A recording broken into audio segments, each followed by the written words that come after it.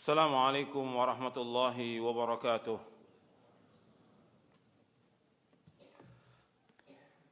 إن الحمد لله نحمده ونستعينه ونستغفره ونعوذ بالله من شرور أنفسنا ومن سيئات أعمالنا. من يهده الله فلا مضل له ومن يضلل فلا هادي له. أشهد أن لا إله إلا الله وحده لا شريك له وأشهد أن محمدا عبده ورسوله.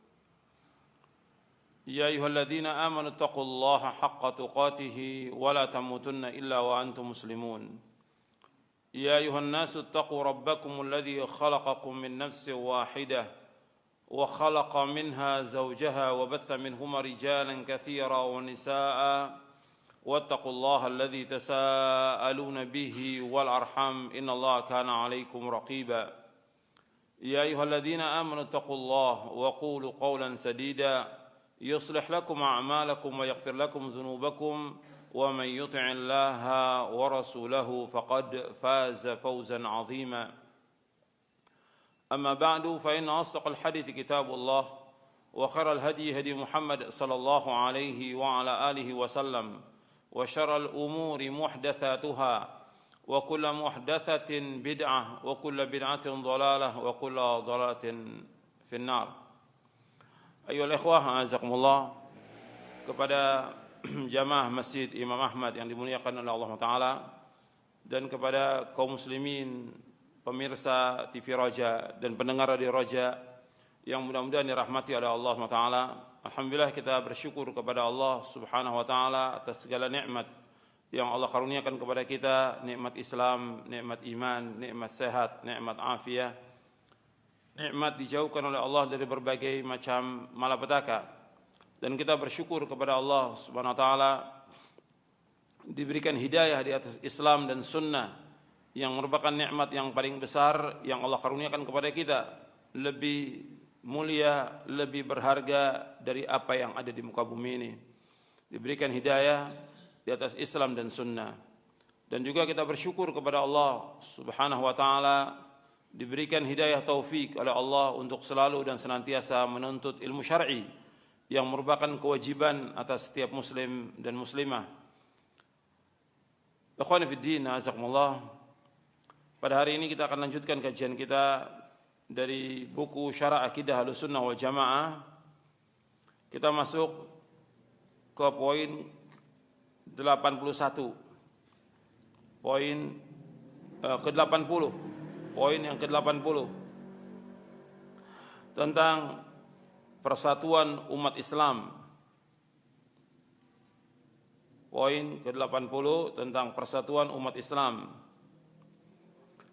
Ahlus Sunnah mengajak kepada persatuan kaum muslimin dan melarang mereka berpecah belah. Sebagaimana Allah berfirman, wa'tasimu bihablillahi jami'an wa la tafarraqu, dan berpegang teguhlah kalian semuanya pada tali agama Allah, janganlah kalian bercerai-berai. Allah Jalla Jalaluhu juga berfirman, wala takunu kalladzina tafarraqu wakhtalafu min ba'di ma ja'ahumul bayyinat wa ulaika lahum 'adzabun 'adzim.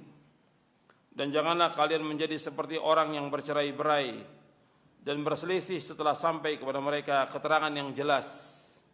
Dan mereka itulah orang-orang yang mendapatkan azab yang berat. Dalam surah Al-Imran ayat 105. Allah juga berfirman dalam surah Ar-Rum ayat 31 ayat 32, wala takunu minal musyrikin minal ladzina farraqu dinahum wa kanu syi'a kullu hizbin bima ladaihim farihun. Janganlah kamu termasuk orang yang mempersekutukan Allah, yaitu orang yang memecah belah agama mereka dan mereka menjadi beberapa golongan. Setiap golongan merasa bangga dengan apa yang ada pada golongan mereka.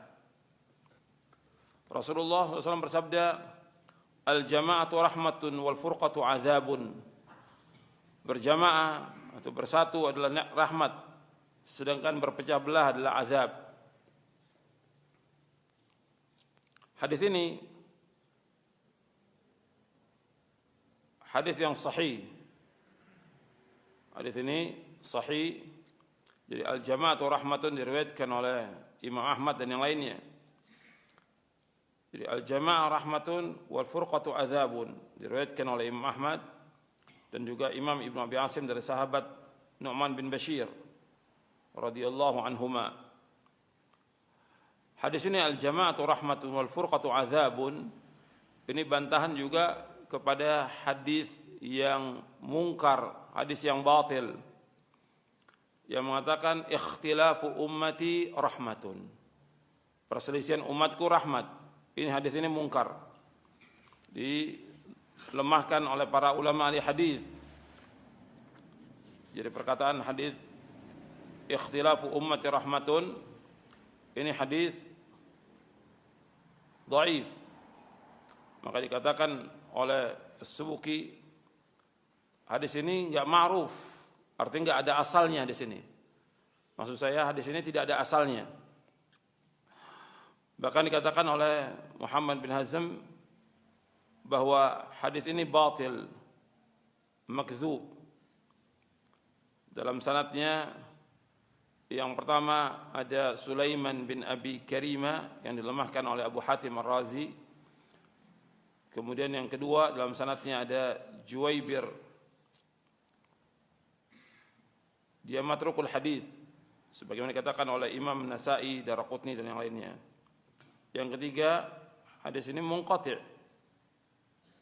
antara Dhahhak dengan Ibnu Abbas.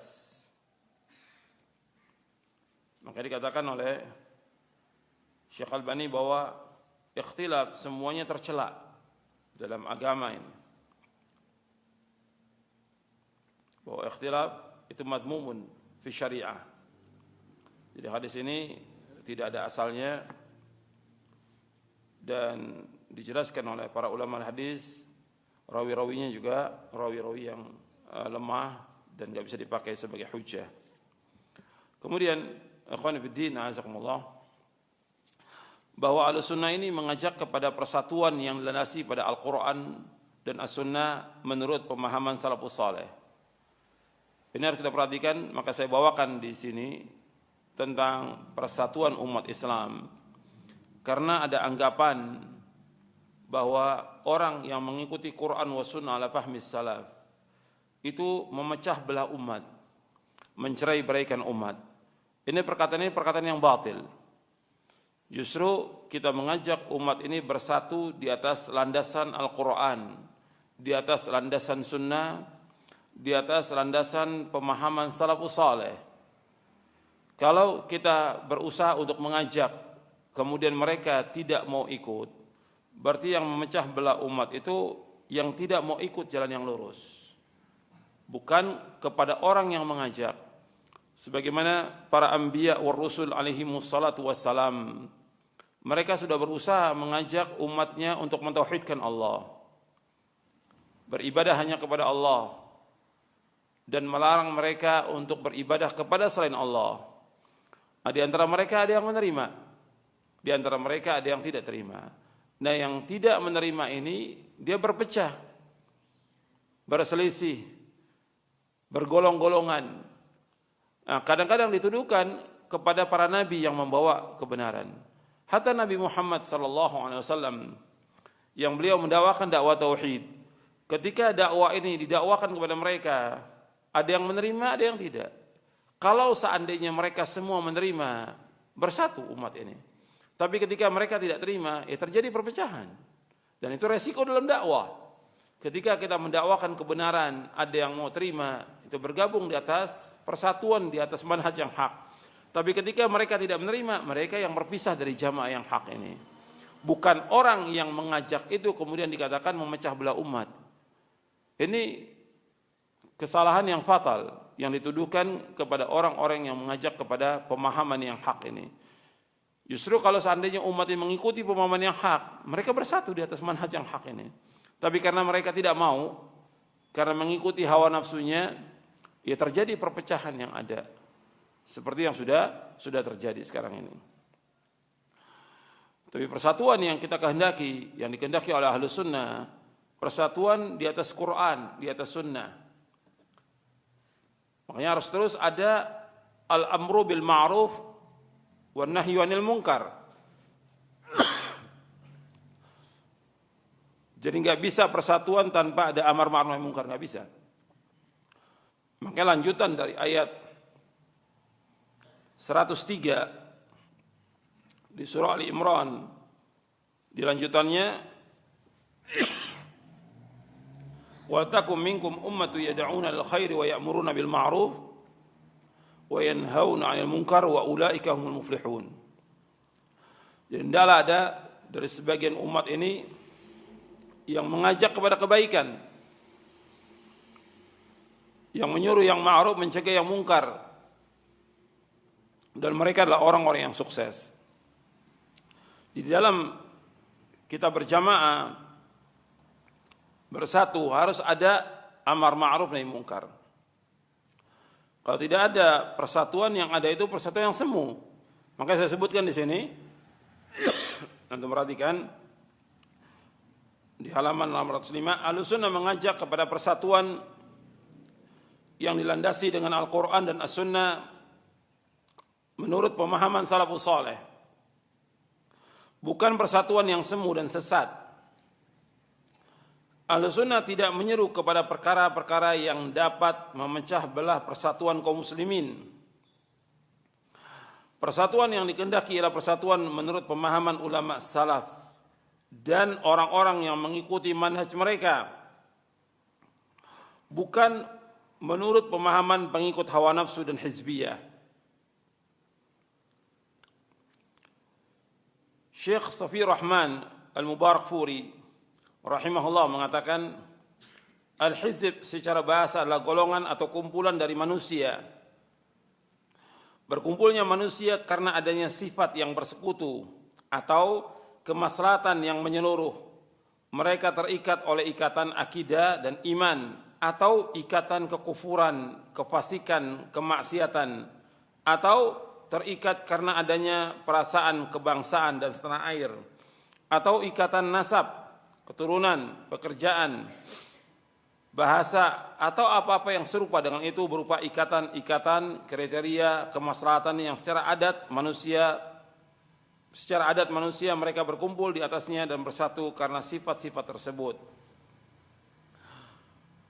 Bukanlah sesuatu yang tersembunyi bagi seorang yang berakal bahwa setiap hizb mempunyai prinsip-prinsip, pemikiran, sandaran dan sifatnya yang sifatnya intern dan teori-teori yang menjadi patokan sebagai undang-undang bagi kelompok hizb. Meskipun sebagian mereka tidak menyebutnya sebagai undang-undang. Undang-undang tersebut kedudukannya sebagai asas yang menjadi dasar berpijaknya sistem pengorganisasian hizb, dan hizb sengaja dibangun berdasarkan undang-undang tersebut. Barang siapa yang mempercayai serta meyakininya dengan sungguh-sungguh atau dengan istilah lain dia mengakuinya, mengambilnya sebagai asas pergerakan dan amal jama'i yang tersusun rapi dalam hizb tersebut, maka ia menjadi anggotanya atau termasuk pendukung setianya. Adapun yang tidak setuju atau menolak, maka ia tidak termasuk anggota hizb. Maka undang-undang tersebut menjadi asas atau menjadi asas wala, kesetiaan atau loyalitas, dan bara, permusuhan, persatuan dan perpecahan, kepedulian dan ketidakpedulian. Atas pertimbangan yang demikian, maka sungguhnya di dunia ini hanya ada dua hizb, yaitu hizb Allah dan hizb syaitan.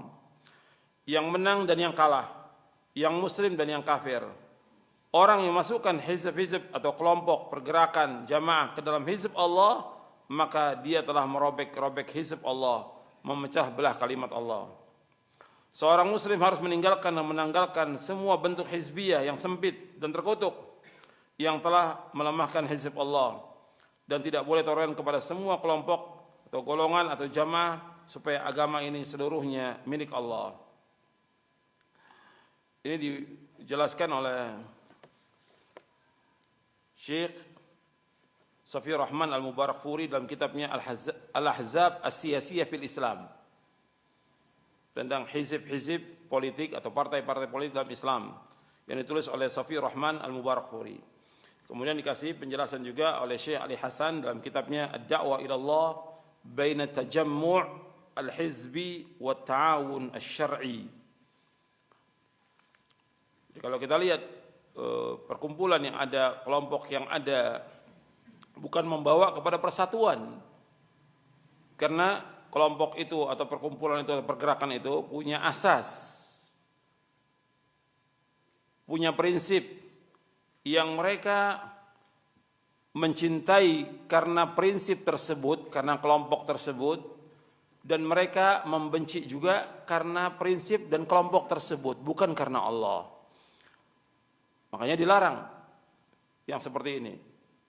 Karena orang akan membela, bukan membela Islam, membela kelompoknya, membela perkumpulannya, membela yang mereka katakan persatuannya, yang pada hakikatnya persatuan yang mereka buat merupakan perpecahan dalam Islam. Karena ketika sekelompok membuat perkumpulan atau persatuan, yang lain juga bikin seperti itu juga. Yang lain juga bikin seperti itu. Akhirnya apa? Terjadi ribuan kelompok, ribuan perkumpulan, ribuan persatuan yang justru merobek kesatuan agama Islam ini, jamaah Islam.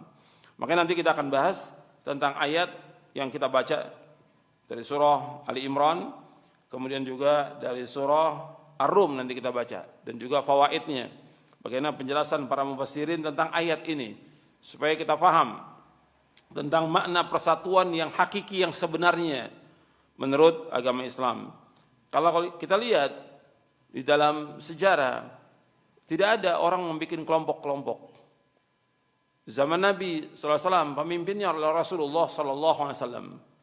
Ketika orang Ansor berbangga dengan Ansornya, padahal ini syar'i nama ini, Allah sebutkan dalam Al-Quran.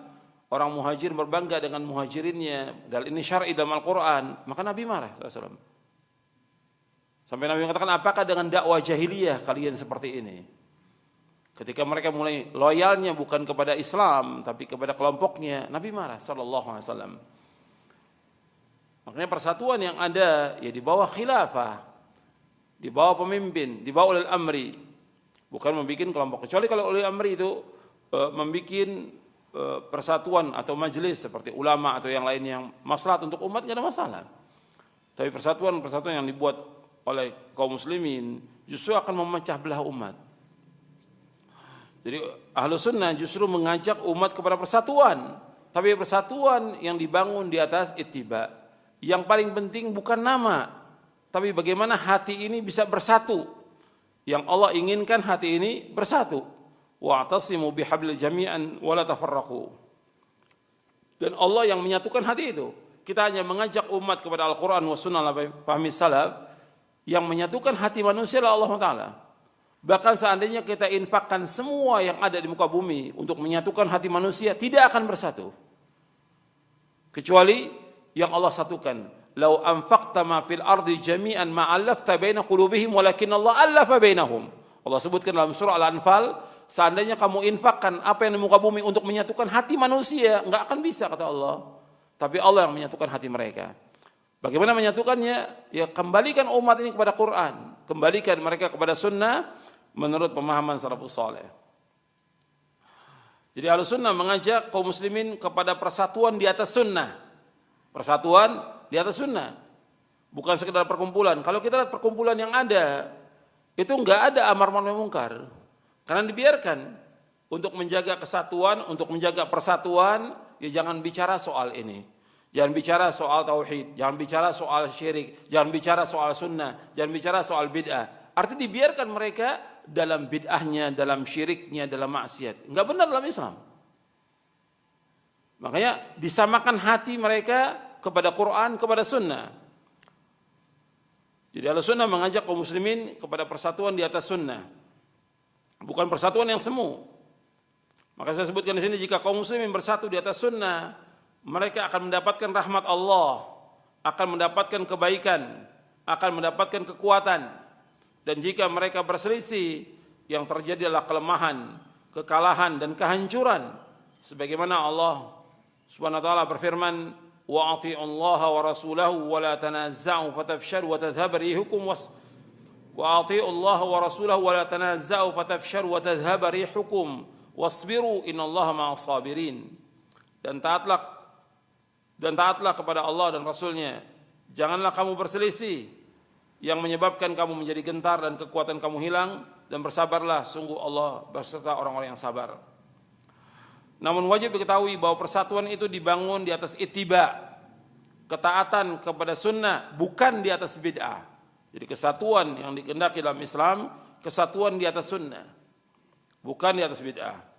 Kebanyakan firqah-firqah yang mencela adanya perpecahan dan mengajak kepada persatuan, yang mereka maksud dengan perpecahan adalah golongan yang menyelisih mereka, meskipun golongan itu berada di atas kebenaran. Sedangkan yang mereka maksud dengan persatuan kembali kepada prinsip dan manhaj mereka. Padahal prinsip dan manhaj mereka telah menyimpang dari jalan Shiratal Mustaqim, jalan yang lurus.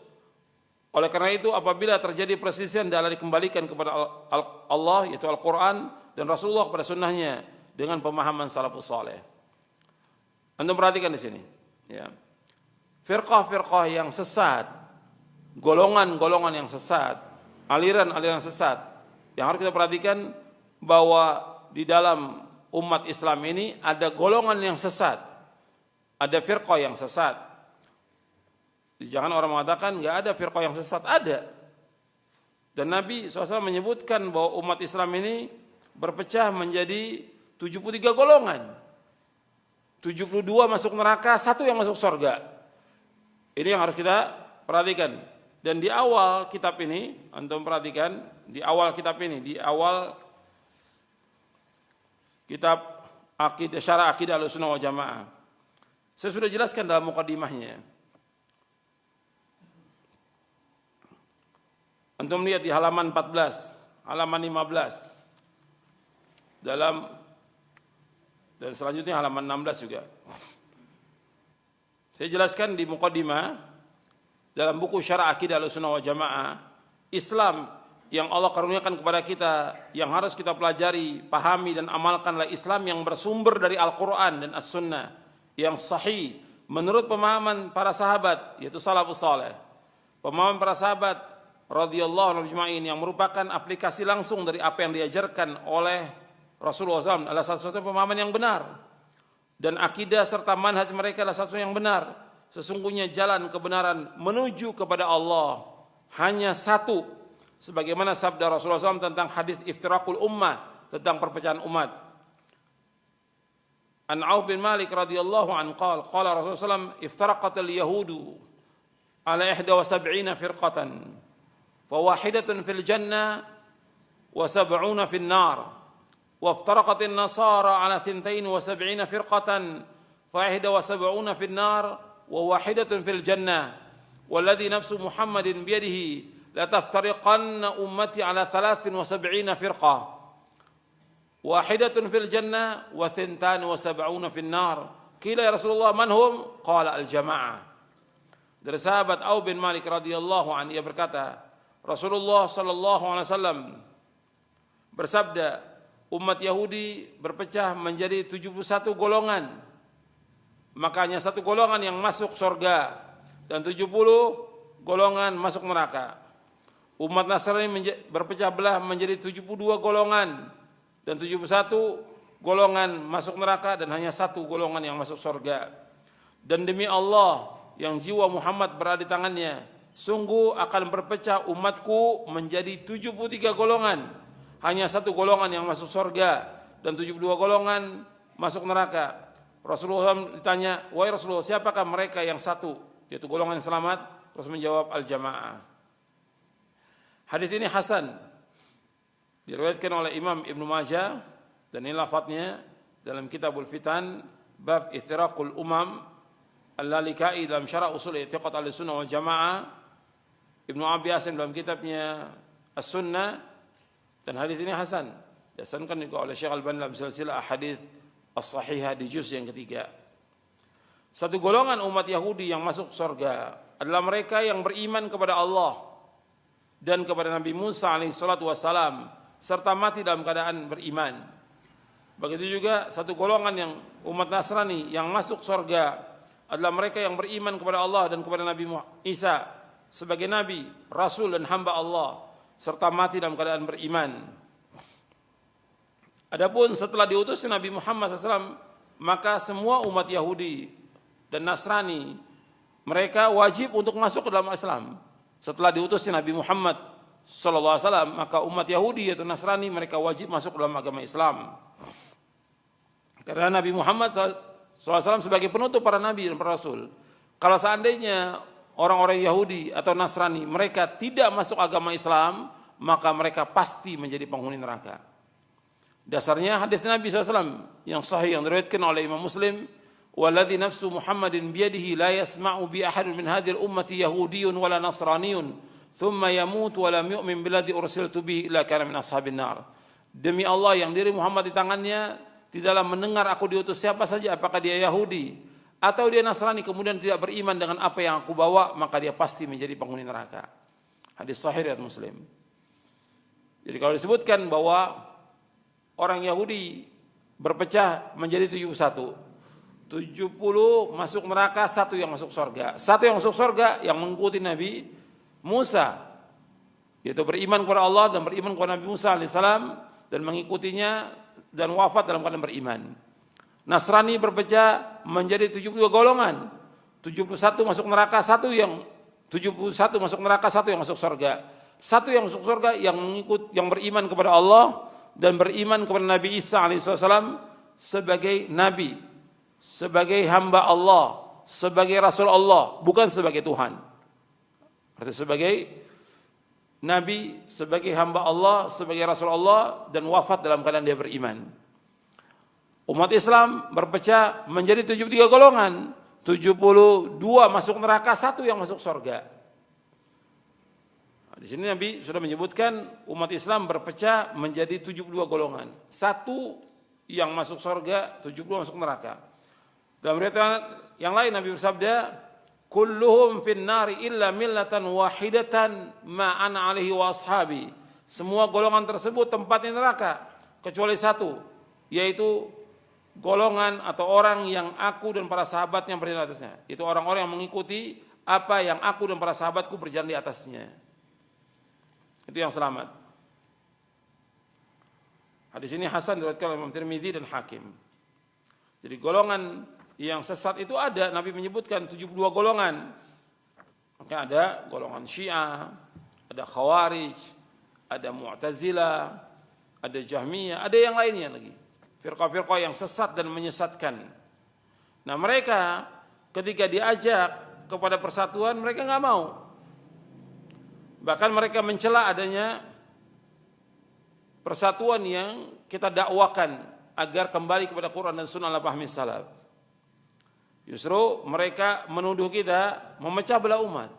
Mereka ini sudah berpecah belah, membuat kelompok sendiri.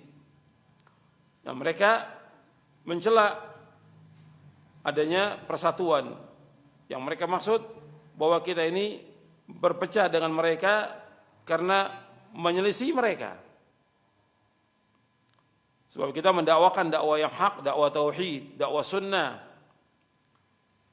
Jadi mereka mengatakan bahwa bersatu itu kalau kembali kepada prinsip mereka. Tapi kalau kita berpegang kepada prinsip Quran wa sunnah ala fahmi salaf, mereka mengatakan bahwa ini prinsip yang memecah belah umat. Kata mereka demikian. Justru prinsip yang mereka pegang, manhaj yang mereka pegang, yang mereka yakini, yang mereka jalani, ini semuanya telah menyimpang dari siratal mustaqim, jalan yang lurus. Oleh karena itu kalau kita ingin bersatu, kita kembalikan umat ini kepada Quran dan Sunnah. Kalau terjadi perselisihan, Allah sebutkan dalam Al-Quran, kembalikan kepada Quran, kembalikan Sunnah.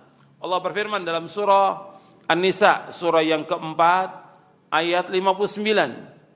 Ya ayyuhalladzina amanu athi'ullaha wa athi'ur rasula wa ulil amri minkum fa in tanaza'tum fi syai'in farudduhu ila Allahi war rasul in kuntum tu'minu billahi wal yawmil akhir dzalika khairun wa ahsanu ta'wila. Allah berfirman, wahai orang beriman, taatlah kepada Allah, taatlah kepada Rasul, dan ulil amri di antara kalian. Apabila kalian berselisih tentang suatu, kembalikan kepada Allah dan Rasulnya. Jika kalian beriman kepada Allah dan akhir, yang demikian yang paling baik dan sebaik-baik akibatnya. Jadi Allah menyebutkan apabila kalian berselisih tentang sesuatu, kembalikan kepada Allah, kembalikan kepada Quran, kembalikan kepada Rasul, kembalikan kepada Sunnah. Jadi kalau ada perselisihan, kembalikan. Lihat rujukannya, Karena agama Islam agama dalil, bukan kata guru, bukan kata nenek moyang, bukan kata kebiasaan, bukan adat istiadat, tapi bagaimana kata Allah dan Rasulnya. Kembalikan. Jadi Ahlussunnah wal Jamaah memerintahkan kaum muslimin kepada persatuan umat Islam atas dasar sunnah dan melarang berpecah belah serta bergolong-golongan. Ahlussunnah juga memerintahkan umat Islam untuk berada dalam satu barisan di atas sunnah Rasulullah SAW dalam menghadapi musuh-musuh mereka. Adapun kelompok bawah tanah, jamaah-jamaah sempalan dan baiat-baiat yang dikenal sebagai baiat dakwah merupakan penyebab timbulnya perpecahan dan fitnah. Baiat hanya boleh diberikan kepada orang yang ditunjuk oleh ahlul halli wal aqdi, semacam lembaga yudikatif, atau kepada seorang muslim yang berkuasa dengan kekuatannya meskipun ia seorang yang zalim. Ahlussunnah berpendapat tentang hadis Nabi SAW, man mata wa laysa fi unuqi bai'atun mata mitatan jahiliyah. Barang siapa mati sementara ia belum berbaiat, maka kematiannya terhitung kematian jahiliyah. Hadis ini sahih diriwayatkan Imam Muslim dan Baihaqi dari sahabat Ibnu Umar. Sanksi yang tersebut dalam hadis di atas ditunjukkan kepada orang yang tidak membaiat penguasa yang telah ditunjuk dan disepakati oleh ahlul halli wal aqd, sebagaimana dikatakan oleh Imam Ahmad bin Hanbal ketika menjawab pertanyaan Ishaq bin Ibrahim bin Hani tentang hadis di atas. Beliau Imam Ahmad menjawab, yang dimaksud dengan imam adalah yang kaum muslimin seluruhnya berkumpul untuk membaiatnya. Itu adalah imam. Dan demikianlah makna hadis ini. Tidak sebagaimana diklaim oleh setiap jamaah atau setiap kelompok. Al-Katsiri dalam kitabnya Faidul Bari berkata, ketahuilah bahwa hadis tersebut menunjukkan bahwa yang dianggap baiat yang sah adalah yang dibaiat oleh seluruh kaum muslimin. Jadi baiat yang sah itu yang seorang imam yang dibaiat oleh seluruh kaum muslimin. Kalau seandainya ada 2 orang atau 3 orang yang membaiat, maka itu tidak dikatakan sebagai imam sampai dibaiat oleh seluruh kaum muslimin atau oleh ahlul halli wal aqd. Jadi ancaman tentang meninggalkan baiat diancam dengan mati jahiliyah itu berlaku bagi orang yang tidak berbaiat kepada imam yang berkumpul padanya seluruh kaum muslimin atau yang diwakilkan oleh ahlul halli wal aqd. Adapun yang dilakukan oleh kelompok-kelompok atau jamaah-jamaah adalah baiat yang bid'ah yang harus ditinggalkan. Sebagaimana yang dikatakan oleh Rasulullah SAW kepada Hudzaifah, yaitu ketika tidak adanya jamaah dan imam, maka ia harus meninggalkan semua jamaah. Rasulullah SAW bersabda, talzamu jama'atal muslimin wa imamahum. Faqultu fa illam takun lahum jama'atun wala imamun, qala fa'tazil tilkal firaqa kullaha walau an ta'addu ala asli syajaratin hatta yudrikakal maut wa anta ala dzalik. Hendaklah engkau berpegang teguh bersatu kepada jamaah dan imam kaum muslimin. Kemudian Hudzaifah radhiyallahu bertanya, bagaimana kalau mereka sudah tidak mempunyai jamaah dan tidak punya imam lagi? Beliau sallallahu alaihi wasallam menjawab, jauhilah semua kelompok tersebut meskipun harus menggigit akar pohon hingga engkau mati dalam keadaan seperti itu. Hadis ini sahih dari Imam Bukhari dan juga Muslim dan yang lainnya. Insyaallah yang hadis ini kita akan bahas pada pekan yang akan datang. Yang sekarang kita akan bahas tentang ayatnya dulu. Tafsir dari ayat ini, wa'tasimu bihablillahi jami'an wa la tafarraqu, dan fawaidnya supaya kita paham ini tentang ayat ini. Jadi Allah Subhanahu wa taala berfirman di dalam surah Ali Imran ayat 103, wa'tasimu bihablillahi jami'an wa la tafarraqu wadhkuru ni'matallahi 'alaikum id kuntum a'daan fa'alafa baina qulubikum fa asbahtum bi ni'matihi ikhwana wa kuntum 'ala shafa hufratin minan nari fa anqadhakum minha kadzalika yubayyinullahu lakum ayatihi la'allakum tahtadun. Dan hendaklah kalian berpegang teguh kepada tali Allah dan janganlah kalian bercerai-berai. Dan ingatlah nikmat Allah atas kalian ketika kalian saling bermusuhan, lalu Allah menjinakkan di antara hati kalian, menyatukan di antara hati kalian. maka kalian menjadi setelah itu dengan nikmat Allah bersaudara. Dan kalian dulunya berada di tepi jurang neraka, lalu Allah menyelamatkan kalian. Demikianlah Allah jelaskan kepada kalian ayat-ayatnya agar kalian mendapatkan petunjuk. Surah Ali Imran ayat 103.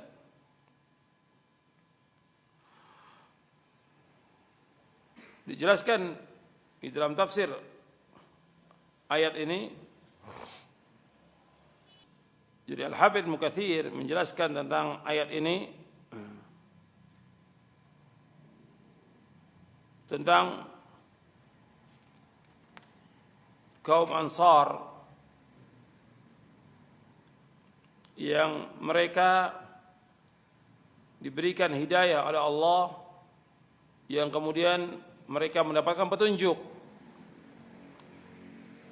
Dijelaskan bahwa disuruh untuk bersatu, wa'tasimu bihablillahi jami'an wa la tafarraqu. Kemudian wadhkuru ni'matallahi 'alaikum id kuntum a'daan fa'alafa baina qulubikum fa asbahtum bi ni'matihi ikhwana. Hendaklah kalian ingat, disuruh ingat tentang nikmat Allah atas kalian ketika kalian bermusuhan. Lantas Allah menyatukan di antara hati kalian, yang kalian menjadi bersaudara dengan nikmat Allah.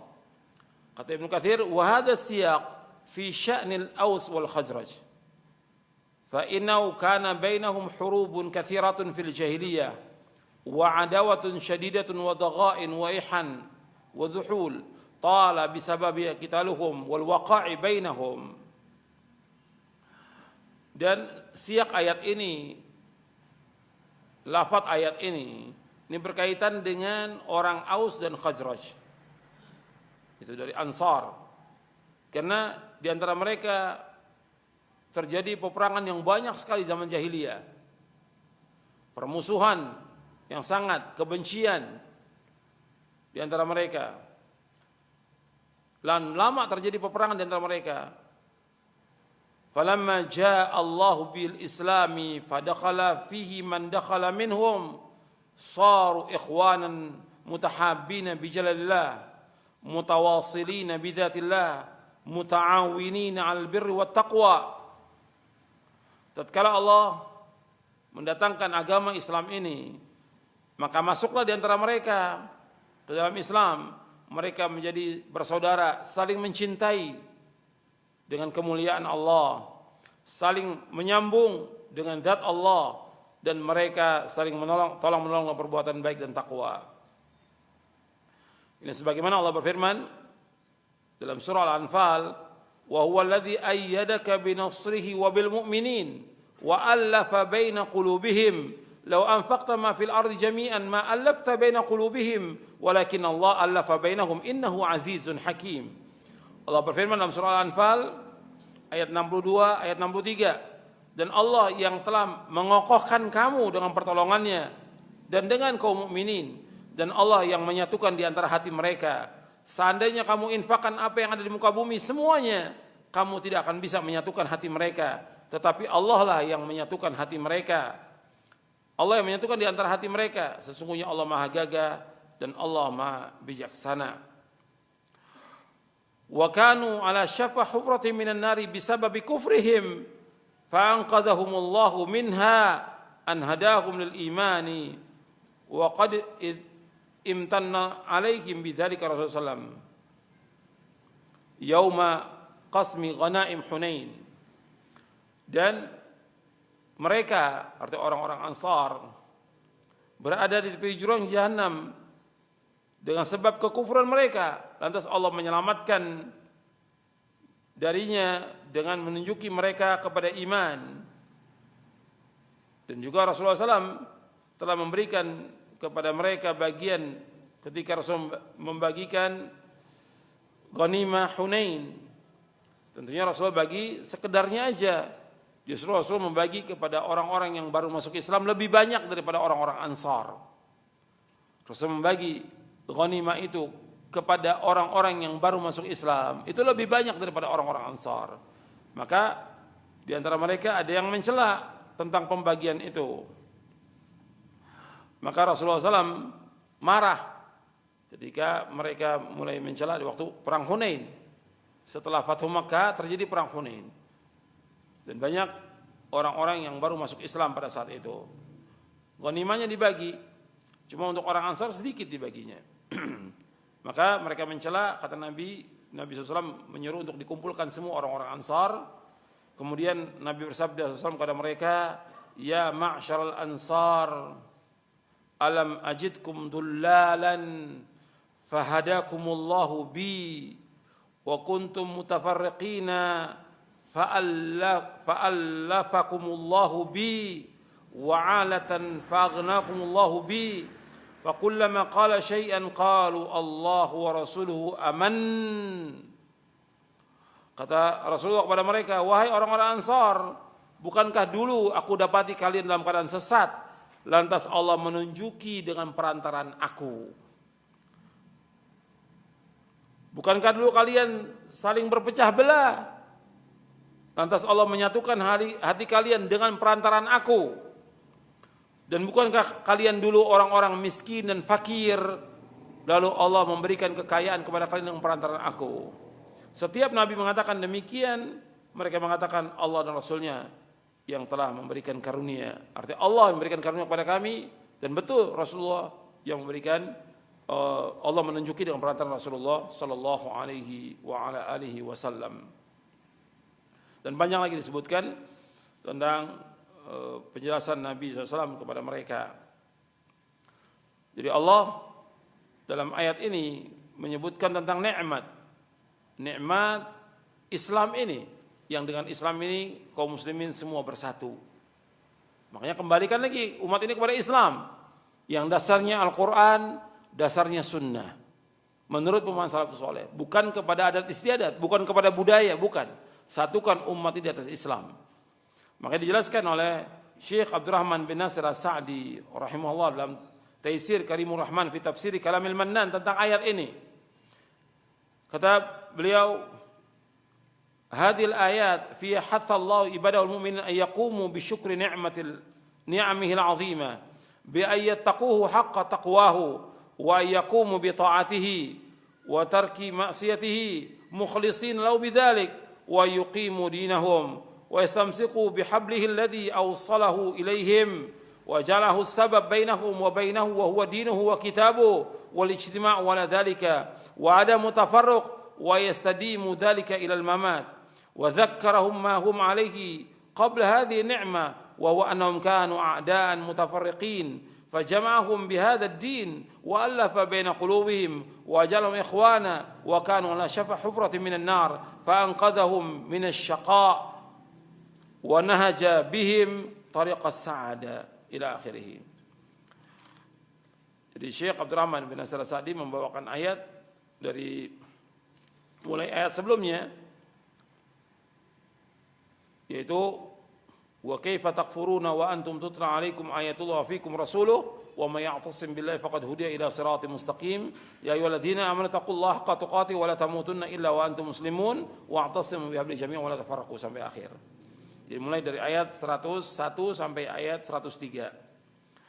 Kata Syekh Abdurrahman bin Nasir As-Sa'di rahimahullah, kata beliau, ayat-ayat ini menganjurkan kaum mukminin, hamba-hamba kaum mukminin, Allah menganjurkan kepada hamba-hambanya kaum mukminin agar mereka bersyukur kepada Allah dengan nikmat yang besar, agar mereka bertakwa kepada Allah dengan sebenar-benar takwa, agar mereka melaksanakan ketaatan kepada Allah, meninggalkan maksiatnya dengan ikhlas yang demikian karena Allah, dan hendaklah mereka menegakkan agama mereka, dan hendaknya mereka berpegang kepada tali Allah yang Allah sampaikan kepada mereka, dan Allah jadikan sebagai sebab di antara mereka, artinya bersatunya mereka, yaitu agamanya dan kitabnya, dan mereka berkumpul di atas yang demikian, dan tidak boleh mereka berpecah belah, dan hendaklah mereka tetap demikian di atas Quran dan Sunnah, bersatu, jangan berpecah belah sampai mereka mati. Allah ingatkan kepada mereka tentang apa yang dulu terjadi di antara mereka sebelum datangnya nikmat Islam ini. Yang dulunya mereka bermusuhan, berpecah belah. Lalu Allah menjadikan mereka bersatu dengan agama ini. Allah satukan hati mereka. Allah jadikan mereka bersaudara. Dan padahal mereka sebelum itu berada di tepi jurang neraka. Lalu Allah menyelamatkan mereka dari kebinasaan. Dan Allah menunjuki mereka ke jalan kebahagiaan. Ini dalam Taisir Karimur Rahman fi Tafsir Kalamil Mannain. Kalau kita lihat dari penjelasan Al-Hafidz Ibnu Katsir, kemudian Syekh Sa'di dan juga beberapa mufassirin, fawaid dari ayat ini, yang pertama wujubul i'tisam bi kitabillahi wa sunnati Rasulullah SAW. Faman tamassaka bihima lam yadhil. Yang pertama, fawaid dari surah Ali Imran ayat 102, 103. Yang pertama, bahwa wajibnya kita berpegang teguh kepada Al-Quran dan Sunnah. Barang siapa yang berpegang dengan keduanya, maka dia tidak akan sesat.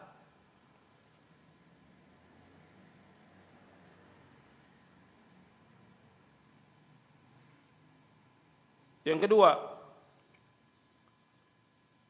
al-akhdhu bil islami jumlatan wa tafsilan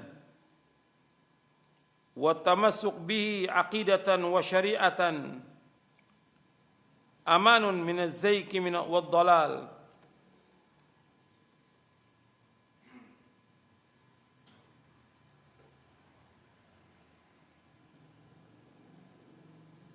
Jadi berpegang kepada Islam secara global dan rinci dan berpegang kepada akidah syariat ini akan aman dari kesesatan, dari penyimpangan dan kesesatan.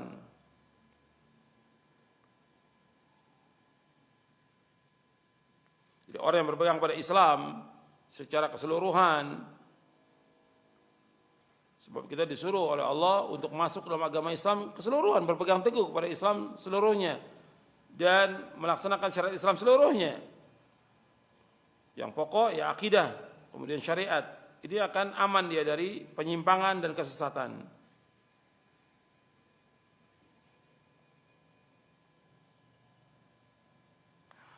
Yang ketiga, wujubu tamassuk bisyiddatin bid-din al-islami wa hurmatu tafarruq wal ikhtilaf fihi. Wujubu tamassuk bisyiddatin bid-din al-islami wa hurmatu furqa wal ikhtilaf fihi. Jadi wajibnya berpegang teguh kepada agama Islam. Wajib berpegang teguh kepada agama Islam dan haramnya berpecah belah dan berselisih padanya.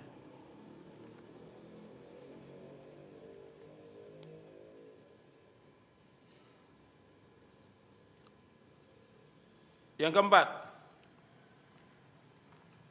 keempat, tahkimul Quran was sunnah fima qad yaqa fihi al-muslimuna min niza'in aw ikhtilafin fi ar-ra'yi. Menjadikan Al-Quran Sunnah sebagai hakim, menjadikan Al-Quran Sunnah sebagai hakim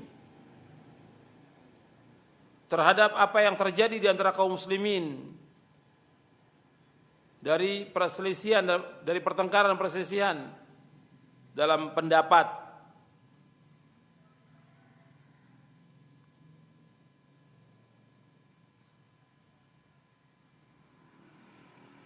Dia menjadikan Quran dan Sunnah sebagai hakim pada apa yang terjadi dari kaum muslimin, dari pertengkaran dan perselisihan dalam pendapat.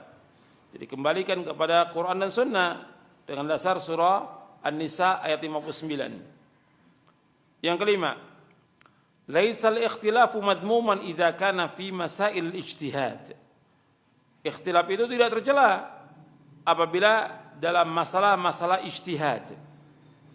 Ikhtilaf itu tidak tercela apabila dalam masalah-masalah ijtihad.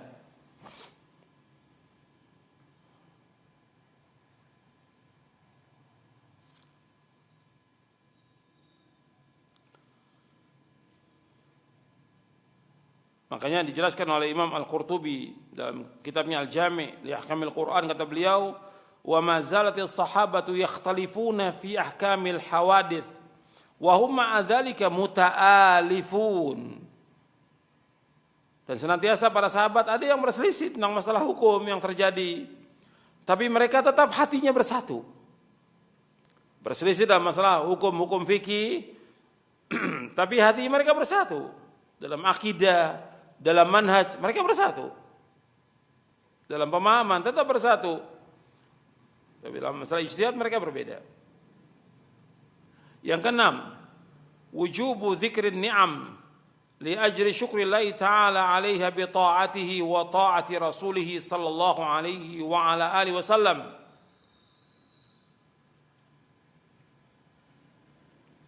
Yang keenam, wajib menyebutkan nikmat agar manusia bersyukur kepada Allah Subhanahu wa taala. Wajib menyebutkan nikmat agar manusia bersyukur kepada Allah taala dan agar mereka taat kepada Allah dan taat kepada Rasulnya sallallahu alaihi wasallam. Yang ketujuh, al-qiyamu 'ala syirki wal ma'asi. Al-qiyamu 'ala syirki wal bid'ah wal ma'asi. Wukufun 'ala syafiri jahannam. Orang yang tetap dalam kesyirikan dan maksiat, orang yang tetap dalam kesyirikan, bid'ah dan maksiat, maka dia berdiri di tepi jurang neraka jahanam. Orang yang tetap dalam kesyirikan, bid'ah dan maksiat, maka dia berdiri di tepi jurang jahanam. Itu 7 fawaid yang dapat diambil dari surah Ali Imran. Syekhul Islam Ibnu Taimiyah rahimahullah dalam majmu' fatwanya di juz yang pertama, kata beliau begini, fadhara anna sabab al-ijtima' wal ulfa jam'ud din wal amalu bihi kullahu wa huwa ibadatullah wahda la syarika lah kama amara bihi batinan wa zahira wa sababul furqa tarku hadzi mimma amara Allah abda bihi wa sababul furqa tarku hadzi mimma amara al-abdu bihi wal baghy bainahum wa natijatul jamaah rahmatullah wa ridwanu wa salawatu wa sa'adatud dunya wal akhirah wa bayadul wujuh wa natijatul furqa adzabullah wa la'natuhu wa sawadul wujuh wa bara'atur rasul minhum. Dan telah tampak bahwa sebabnya bersatu itu berkumpulnya dalam agama, mengamalkan seluruh perintah agama. Yang paling pokok yaitu beribadah hanya kepada Allah saja dan tidak menyekutukannya, sebagaimana Allah memerintahkan yang demikian secara lahir dan batin. Adapun sebabnya terjadinya perpecahan, yaitu meninggalkan apa yang diperintahkan seorang hamba dengannya. Jadi meninggalkan apa yang meninggalkan apa yang Allah perintahkan kepada seorang hamba, dari bertauhid kepada Allah, menjauhkan syirik, melaksanakan apa-apa yang wajib, meninggalkan yang haram dan yang lainnya. Wal baghyu bainahum, di antara juga sebab furqah itu al baghyu bainahum, kezaliman di antara mereka. Hasil dari berjamaah adanya rahmat Allah, keredoannya, salawatnya, kebahagiaan dunia akhirat, dan juga nanti di hari kiamat orang-orang yang bersatu hatinya itu maka wajahnya diberikan, dia putih cemerlang wajahnya.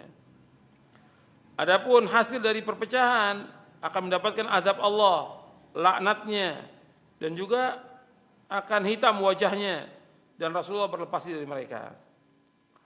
Al-Imam Ibnu Qayyim menjelaskan tentang hakikat i'tisam dalam kitabnya Madarijus Salikin di juz yang ketiga. Kata Al-Imam Ibnu Qayyim, hakikatul i'tisam bi kitabillah wa tahkimuhu duna ara'ir rijal wa maqayisihim wa ma'qulatihim wa adwaqihim wa kushufatihim wa mawajidihim Faman lam yakun kadzalik fahuwa munsallun min hadzal i'tisam. Fad-dinu kullu fil i'tisam bihi wa bihablihi ilman wa amala wa ikhlasan wa isti'anatan wa mutaba'atan wa istimraran ala dzalika ila yaumil qiyamah. Bahwa dikatakan hakikat daripada i'tisam, berpegang teguh kepada tali Allah, yaitu kita menjadikan Al-Quran dan Sunnah sebagai hakim, bukan kepada pendapatnya orang, bukan kepada kias mereka, bukan kepada akal mereka, bukan kepada perasaan mereka, bukan juga kepada kasyf. Ya. Kasyf ini iluminasi yang mereka mengatakan bahwa mereka mendapatkan dari Nabi atau dari Allah, padahal itu mimpi dan bukan dari wahyu.